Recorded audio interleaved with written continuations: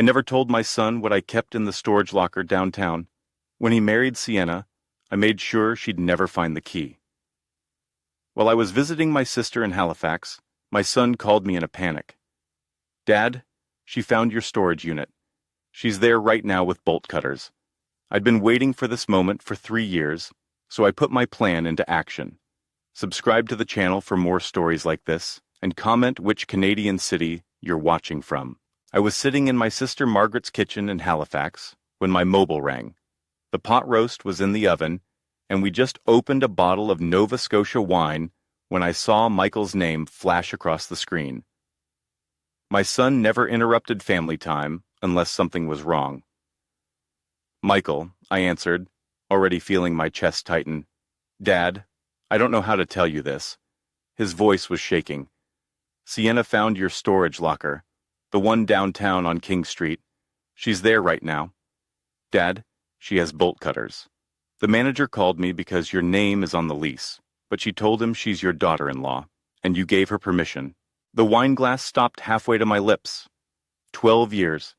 12 years of keeping that unit secure, of protecting what Catherine had left behind, of waiting for exactly this moment that I knew would come eventually. Has she gotten inside yet? I kept my voice steady, though my sister was staring at me with concern. "I don't think so. The manager is stalling her, saying he needs to verify with you first." "But Dad, she's furious. She's screaming about her rights as family. What's in there that she wants so badly?" Everything, I thought. Every document, every safeguard, every piece of proof I'd need for this exact situation. "Michael, I need you to listen very carefully. Call the police. Tell them someone is attempting to break into my private storage unit without authorization. Then call our lawyer, James Chen. His number is in my desk drawer at home. Tell him it's time." Time for what? Behind him, I could hear Sienna's voice, sharp and demanding. "Is that your father? Tell him I know he's been hiding things from us. Tell him I have a right to know what's in our family storage unit." Our family? The words made my jaw clench. "Dad." Michael's voice was small now, uncertain. "What's going on? I'm booking the next flight back to Toronto. Don't let her into that unit. And son, there are things we need to discuss. Things your mother made me promise to tell you when the time was right." I hung up and immediately pulled up Air Canada's website. Margaret watched me, her expression a mix of worry and understanding. She'd known Catherine well, had been at her bedside those final weeks when my wife had made me swear to protect our son. "It's happening, isn't it?" Margaret said quietly. The girl finally showed her true colors. I nodded, fingers shaking as I typed in my credit card information for a flight leaving in 4 hours. Catherine called it 12 years ago, said someone would come along who'd see Michael as a paycheck instead of a person. The storage unit had been Catherine's idea. Actually, 6 months before the cancer took her, when she was still clear, headed enough to plan, she'd insisted we rent it, not for furniture or old belongings, but for something far more important. "I won't be here to protect him," she'd said one night in the hospital, her hands skeletal in mine. "But I can protect him anyway. We'll put everything important in a secure location. The trust documents, the will, copies of all our financial records, and Richard, I want you to write it all down. Every red flag to watch for, every tactic manipulators use, so when someone comes along and Michael can't see it, you'll have proof. You'll have everything you need to save him." I thought she was being paranoid at first. Our son was only 26 then, smart and capable. But Catherine had grown up watching her own mother lose everything to a stepfather who'd married her for money after her dad died. She knew how these things worked, so we'd done it. Rented a climate-controlled unit downtown, filled it with documents that outlined every protection we'd put in place. The irrevocable trust that held our house in North York, our investment portfolio, the life insurance policy, all structured so that only Michael could access them, never a spouse. And I'd kept a journal, 3 years' worth of observations about Sienna. Every red flag, every manipulation, every time she'd pushed boundaries or made calculated moves toward our family's assets. I documented it all, knowing that someday I'd need proof to show my son what I'd seen from day one. That day had finally arrived. The flight back felt endless. 4.5 hours of turbulence and terrible coffee while I replayed the past 3 years in my mind. I'd known something was wrong the first time Michael brought Sienna to Sunday dinner. It was October, 3 years ago, and he'd been glowing with that particular light that comes from new love. "Dad, I want you to meet someone special." Sienna had arrived, dressed immaculately. Designer yoga wear that probably cost $300. Her blonde hair in an artfully messy bun, carrying a bottle of wine that I later looked up cost $85. For a first meeting with a boyfriend's father, Mr. Morrison, "It's such an honor," she'd said, her voice honey-sweet. "Michael has told me so much about you in this house. My goodness. North York, right? These properties must be worth what now? Over $1 million. First red flag. Who asks about property values at a first dinner?" Throughout the meal, she'd peppered me with questions disguised as polite conversation. What did I do before retirement? Insurance. How interesting. That must have been lucrative. And Michael mentioned you'd been married before. I'm so sorry for your loss. Did your wife work as well? She was assessing, calculating, building a financial picture of our family. And Michael, poor Michael, couldn't see it. He just saw a beautiful woman who was interested in his life, in his family. Over the next 6 months, Sienna's tactics became clearer. She'd started suggesting that Michael should talk to me about financial planning. Didn't he want to know what he stood to inherit someday?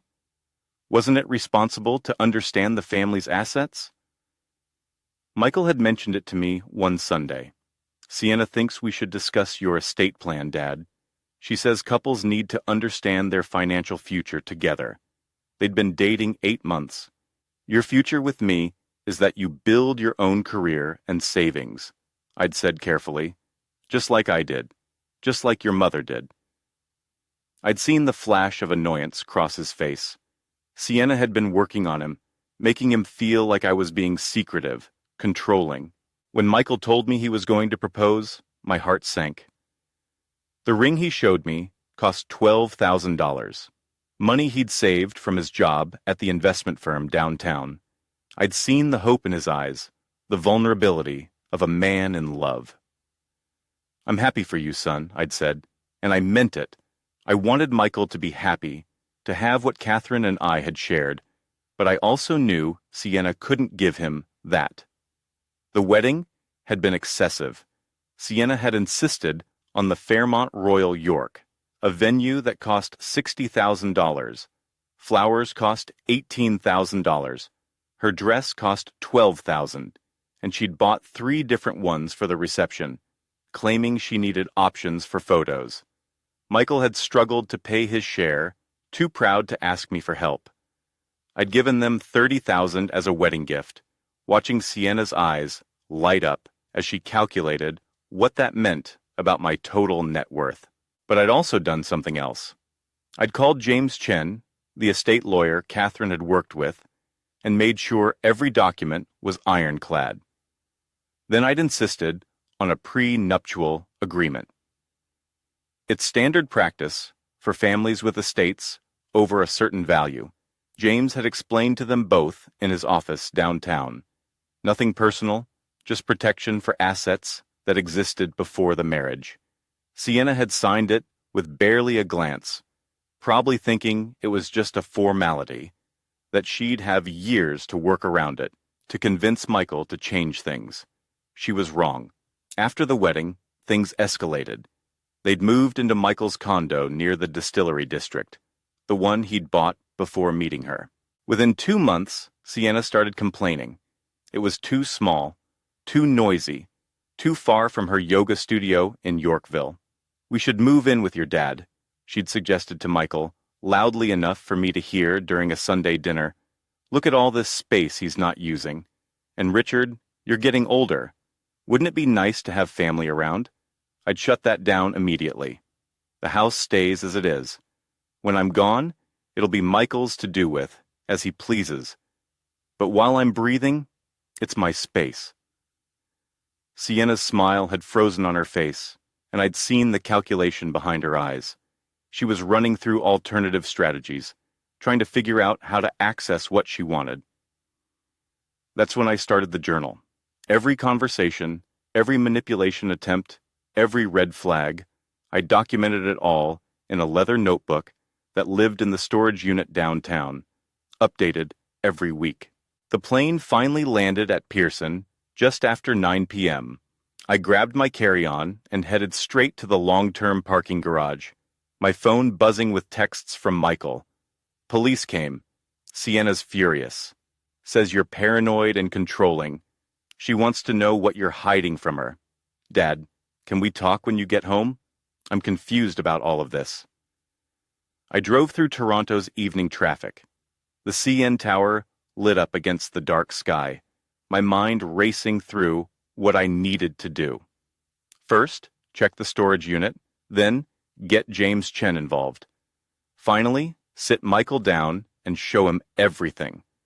When I pulled up to the house in North York, both their cars were there, Michael's sensible Honda and Sienna's BMW X5, the one she'd convinced Michael to co-sign a loan for 9 months after the wedding, $82,000. The payments were $1,400 a month, money coming out of Michael's paycheck, while Sienna contributed nothing. I sat in my car for a moment, gathering strength. Catherine's voice echoed in my memory. "You're stronger than you think, Richard. Protect our boy." The front door opened before I could turn my key. Michael stood there, looking exhausted, his tie loose, his usually neat hair disheveled. My son, who rarely showed stress, looked like he'd aged 5 years in one day. "Dad," he said quietly, "she's waiting in the living room." Behind him, Sienna appeared. She was dressed casually, jeans and a cashmere sweater that probably cost $400. But there was nothing casual about the way she carried herself. She looked like someone preparing for battle. "Richard," she said, her voice dripping with false sweetness, "we need to have a conversation about trust and transparency in this family." I stepped inside my own home, the home Catherine and I had bought 40 years ago when North York was still affordable, the home where we'd raised our son, where every room held memories of our life together. "Yes," I said calmly, "I believe we do." We sat in the living room, positioned like pieces on a chessboard. I took my usual chair, the leather recliner Catherine had given me for my 60th birthday. Michael perched on the edge of the sofa, looking like he might bolt at any moment. Sienna claimed the other end, her posture perfect, controlled. "Let's be direct," Sienna said, not waiting for anyone else to speak. "I know about the storage unit downtown. I know you've been keeping things from us, from your own family. Financial documents, property records, legal papers that affect Michael's future. That's not just secretive, Richard. That's controlling. Documents about family assets are kept secure," I said evenly. "That's responsible, not controlling. Secure from your son," she raised an eyebrow, "or secure from me?" The question hung in the air. Michael was staring at his hands, his jaw tight. He looked like he wanted to disappear into the sofa cushions. "Both," I said, deciding there was no point in pretending anymore. The trust was established by Catherine before she died. It protects assets for Michael's future, assets that remain separate from marital property. Sienna's laugh was cold, sharp. "Marital property? You mean you made sure I'd never have any claim to this family's money?" "I made sure the legacy Catherine and I built would go to our son exactly as she intended." "Dad." Michael finally spoke, his voice strained. "You should have told me about this. I had a right to know." The pain in his voice cut deeper than any of Sienna's accusations. This was what I'd feared most. Not her anger, but his hurt, his sense of betrayal. "You're right," I said, meeting his eyes. "I should have explained earlier. Your mother and I set up protections because she'd watched her own mother lose everything after her father died. She made me promise to make sure that never happened to you." "The right time," Sienna repeated mockingly. "Or were you waiting to see if I'd leave, hoping Michael's marriage would fail so you could keep your precious control?" "I was waiting to see if you'd show your true intentions," I said quietly. "And today, when you tried to break into my storage unit with bolt cutters..." Sienna flushed red. "I have a right to know what affects my husband's future. You have no rights to assets you didn't earn and never will," I replied. "Everything in that storage unit, every document, every protection Catherine put in place, it's all designed to ensure our son is taken care of by people who love him, not by people who love what he represents." "That's not true," Michael said, but his voice wavered with uncertainty. Sienna turned to him, her expression softening into something that might have been convincing if I hadn't spent 3 years watching her perform. "Michael, honey, your father has been manipulating you your entire life. Don't you see? He's trying to control you, even now, trying to come between us."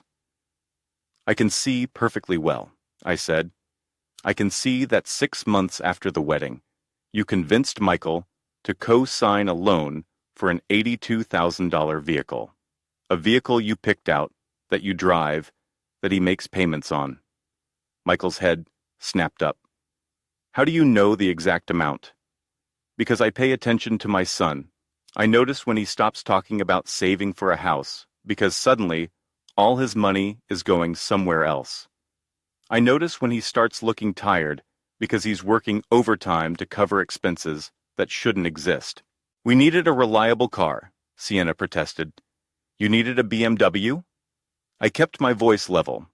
"Michael, how much are the monthly payments?" He hesitated, then said quietly, $1,400. "And what were you paying for your Honda before that?" $450, he admitted, his voice barely above a whisper. "So, you're paying an extra $950 a month because Sienna needed a luxury vehicle." I turned back to her. "What else did you need?" "The Peloton bike that cost $3,000. The furniture for the condo that cost $12,000. The vacation to Turks and Caicos last year that cost $9,000. I was building a nice life for us," Sienna said, but her voice had taken on a defensive edge. "You were spending money that wasn't yours and trying to figure out how to access money you'd never earned." I pulled out my phone and opened an email I'd prepared before leaving Halifax. "I spoke with James Chen this afternoon. He confirmed that the pre-nuptial agreement you signed before the wedding is completely valid and enforceable in Ontario." Sienna went very still. "What pre-nuptial agreement? The one you signed 3 days before the wedding? The one James walked you through in his office on Bay Street? The one that specifies in clear language that all assets held in the family trust remain separate property, and that in the event of divorce, you have no claim to any premarital assets." I watched the blood drain from her face as memory caught up with rage. She'd signed it, barely reading it, probably thinking it was just standard paperwork that she'd have years to work around it. "You tricked me," she whispered. "I protected my son." Michael was staring at both of us like we were strangers. "I don't understand, Sienna. You knew about the prenup. We talked about it." "I thought it was just a formality," she said, her voice rising. "I didn't think your father was trying to cut me out of everything. Everything that was never yours to begin with," I corrected. "The house in North York is held in trust. The investment portfolio is held in trust. My life insurance policy names Michael as the sole beneficiary, with the payout going directly into the trust. Even if something happened to me tomorrow, You wouldn't see a cent. The silence that followed was suffocating. Michael looked like I'd slapped him. Sienna looked like she wanted to slap me. So that's it, Sienna said finally. You've made sure that even if I stay married to your son for 50 years, I'll never really be part of this family. You were never trying to be part of this family, I said. You were trying to take what you thought you could get. I pulled out the leather journal from my bag, the one I'd been keeping for 3 years. I've documented everything, Sienna. Every manipulation attempt, every red flag, every calculated move. I opened to a marked page. October 15th, 3 years ago, first dinner. Quote, these North York properties must be worth over $1 million now. You assessed the house value before you'd even tasted the food. I flipped forward. March 23rd, 2 years ago, you suggested Michael should ask me about financial planning and estate assets. You'd been dating 8 months. Another page. July 9th, 18 months ago. You posted Instagram photos of my living room, tagged the location as if this was your house. You were building a narrative of wealth to your followers. That's insane, Sienna said, but her voice was shaking. You've been stalking me, documenting my life like some obsessed creep. I've been protecting my son from someone I suspected was using him. I pulled out printouts from my bag. These are screenshots of your Instagram direct messages. You don't know this, but when you connected to my Wi-Fi here, you agreed to network terms that allow me to monitor activity. It's in the disclosure that pops up when you first connect. Her eyes widened with panic. You messaged your friend Amber 6 months ago. Quote, the old man is loaded, but so paranoid. Michael doesn't even know how much they're worth. Going to take time, but I'll figure it out. Michael made a small sound of distress. And last month, you Googled how to contest a trust in Ontario and spousal rights to Inherited Property Canada. You've been planning this, Michael. Sienna turned to him, desperation creeping into her voice. Don't let him do this to us. He's trying to destroy our marriage. But Michael was staring at his phone now, and I could see he was scrolling through something. Your Instagram messages with Amber, he said, his voice hollow. I can see them on your iPad. It's synced to your account, Sienna. There are dozens of messages about money, about how you were going to convince me to pressure my dad to sign over the house, about how you just needed to play the long game. She lunged for his phone, but he stood up, backing away. Oh my God, this one from last week.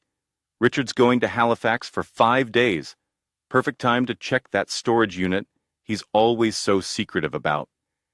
Once I know what's in there, I'll know how to play this. I can explain, Sienna started. But there was no explanation that could cover this. Were you ever actually looking for work?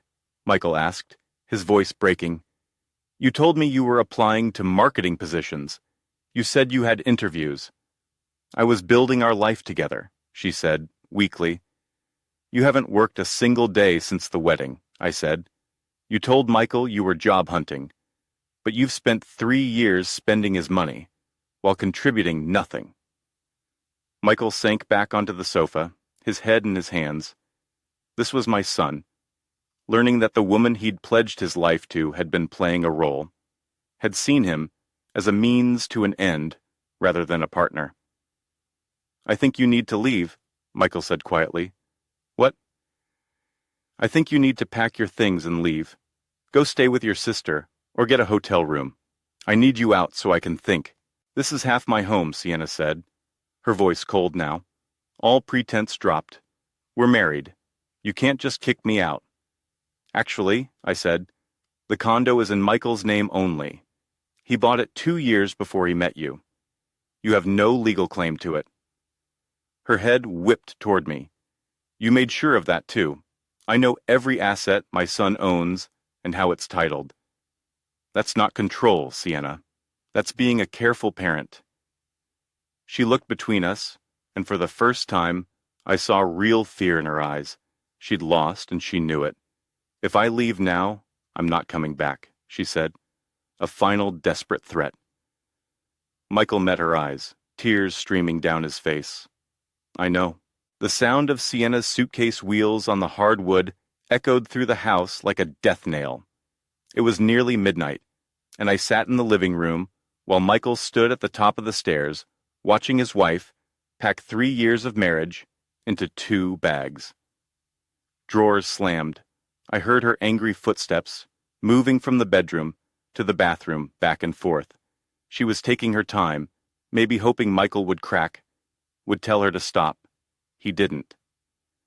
When she finally came down, she looked nothing like the polished woman who'd manipulated her way into our lives. Her hair was messy, her face blotchy and streaked with mascara. She dragged both suitcases behind her, refusing to look at either of us. At the door, she paused. Michael, I need money for a hotel. He pulled out his wallet slowly and handed her 5 $20 bills. $100, not enough for more than a night at a budget motel. She stared at the money like it was an insult. After 3 years, your bank card works. There's about $1,400 in our joint account. Take what you need. What I need, she laughed bitterly, is for you to wake up and realize your father has poisoned you against me. She grabbed the doorknob and yanked it open. The November air rushed in, carrying the smell of fallen leaves and coming winter.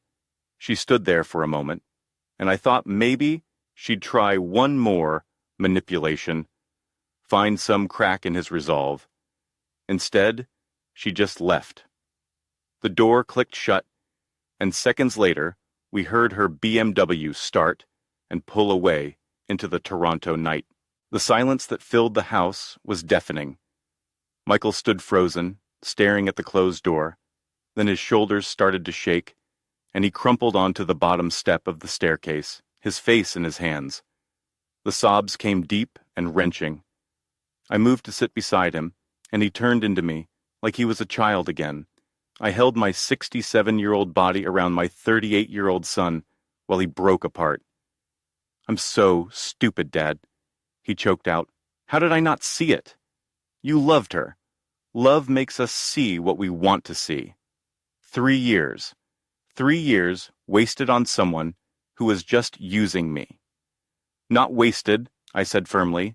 You learned something about people, about yourself, about what you really want. That's not waste, son. That's life. He pulled back, wiping his eyes. You tried to warn me. I could feel it. Your disapproval. And I told myself you were just being overprotective, that you couldn't let go. But you saw her from the start. I've had more years to learn about people, and I had the advantage of not being in love with her. He let out a shaky laugh. Mom would have seen it too, wouldn't she? The first time Sienna walked through that door, your mother would have had her figured out. We sat there on the stairs for a long moment. Then Michael said, Tell me about the storage unit. Tell me everything Mom set up. No more secrets. So I did. We sat there, and I explained every detail. How Catherine had spent her final months planning for a future she wouldn't be part of. How she'd worked with James Chen to create something unbreakable, specifically designed to protect Michael from exactly this kind of person. The trust holds the house, all the investments Mom and I built together, and the life insurance policy.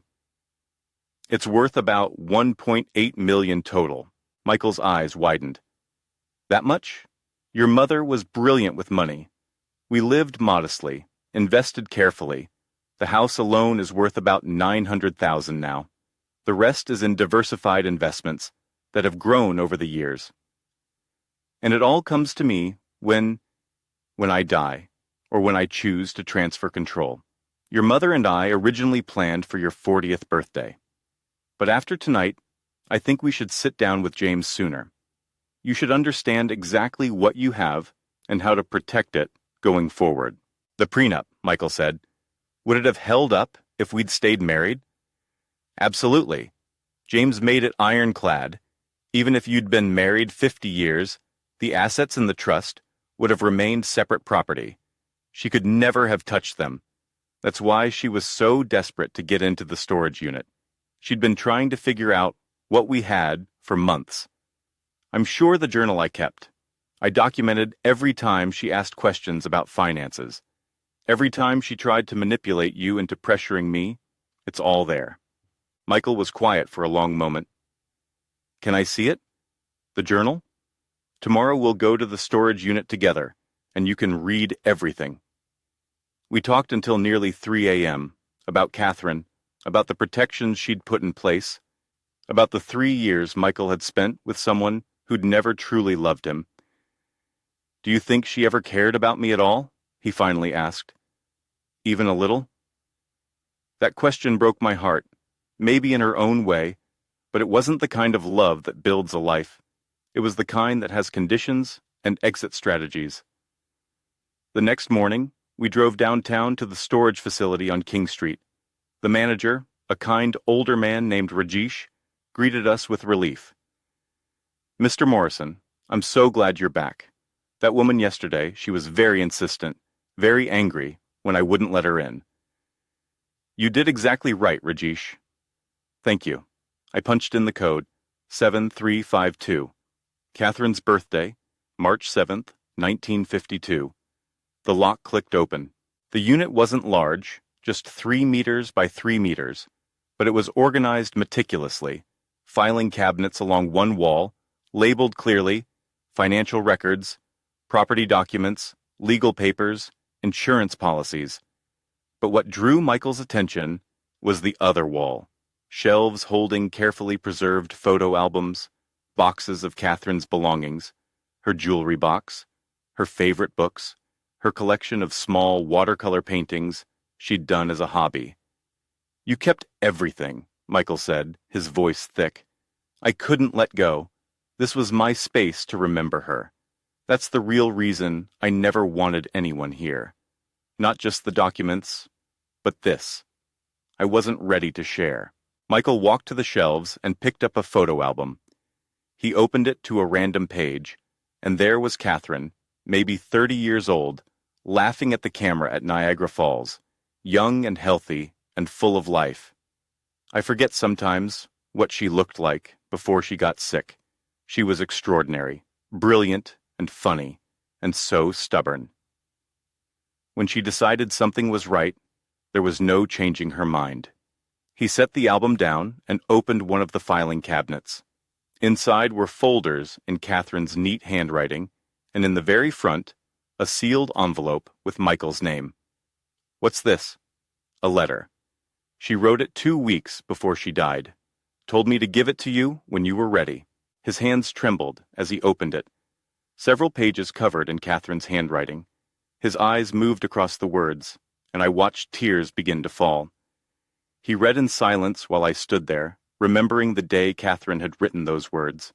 How weak she'd been, how determined. When he finished, he looked up at me. She knew. Even then, she knew I'd need protection. Your mother understood the world, Michael. The good and the bad, and she loved you enough to prepare for both. 6 months had passed since that November night. 6 months since Sienna had walked out with her 2 suitcases and $100. 6 months of healing, of rebuilding, of learning what life looked like on the other side of deception. The divorce had been swift, thanks to the pre-nuptial agreement, relatively painless. Sienna had tried at first to challenge it, hiring a lawyer who took one look at the documents and advised her to accept the settlement offered. She walked away with exactly what she'd brought into the marriage, her personal belongings, and a car loan she couldn't afford. Last I heard, she'd moved to Vancouver, posting Instagram photos of sunset views and yoga poses, already hunting for her next target. Michael had blocked her number after she'd called 32 times in the first week, alternating between begging him to reconsider and screaming about what a mistake he was making. He never wavered. It was Sunday, and it had become our day again. Every Sunday, Michael came to the house in North York for dinner. Sometimes we cooked together, attempting Catherine's recipes. Sometimes we ordered Swiss Chalet and watched the Leafs game, but mostly we talked. I met someone, Michael said, cutting into the chicken I'd actually managed not to burn. I looked up surprised but pleased. Nothing serious yet, just coffee a few times. Her name is Rachel. She's a teacher at a school in Scarborough. We met at that conference I went to last month.